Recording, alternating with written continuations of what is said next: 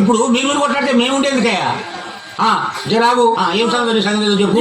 కొమరే తాత పిట్ట పుట్టలన్న ముచ్చట ఊరు మొత్తం తెలుసు. అది పక్కన పెట్టి వీళ్ళు ఎక్కడో అక్కడ వీకిళ్ళు.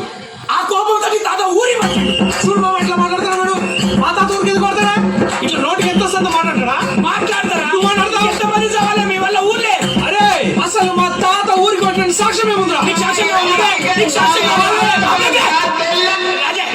ఇక చూడు ఏనుగు లెక్కుంటే రాజయ్య మామ పీరు లెక్కాడు.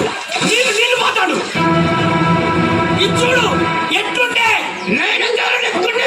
ఎట్లయింది. వీడిని చూడు రేపు మా పని లెక్కున్నాడు. వీడిని చూసి నా బదిలో చూడు ఎంత నదిలో పడ్డదో. రేపు నాతో 11 దాకా మీరు బతుకుంటారా?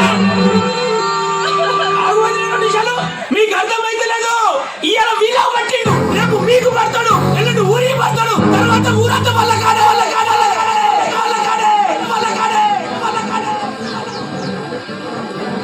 అరే ఇట్లా లేనిపోని విషయాలన్నీ ఊరికంట కట్టదురా. నీ నరికి పోలాడతా నిన్ను. బాగా ఎగుతుందని తప్పేముందని మాట్లాడలేదు పెద్ద మనుషులు. అంటే పంచాయతీ పిలుపుతారా? పిలువుని పక్కా పిలుపుతాం. పంచాయతీకి రావాలి, మీ నాయన రావాలి, మీ మామ కూడా రావాలి, ఊరు మొత్తం రావాలి. నువ్వు చూసుకుంటా చచ్చిపోతుందా? ఏమంటారు పెద్ద మనుషులు?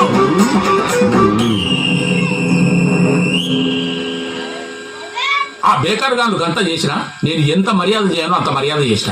ఇక ఆ ఊరికి నాకు ఏం సంబంధమే లేదు. అరే గట్లాంటి ఎట్లనే మా ఊరు పిల్లని చేసుకుంటూ మళ్ళీ మా ఊరికే సంబంధం లేదు. ఎన్నన్నా చెప్పుండ్రే, నేను వాళ్ళ ముఖం చూడాల్సుకోలే.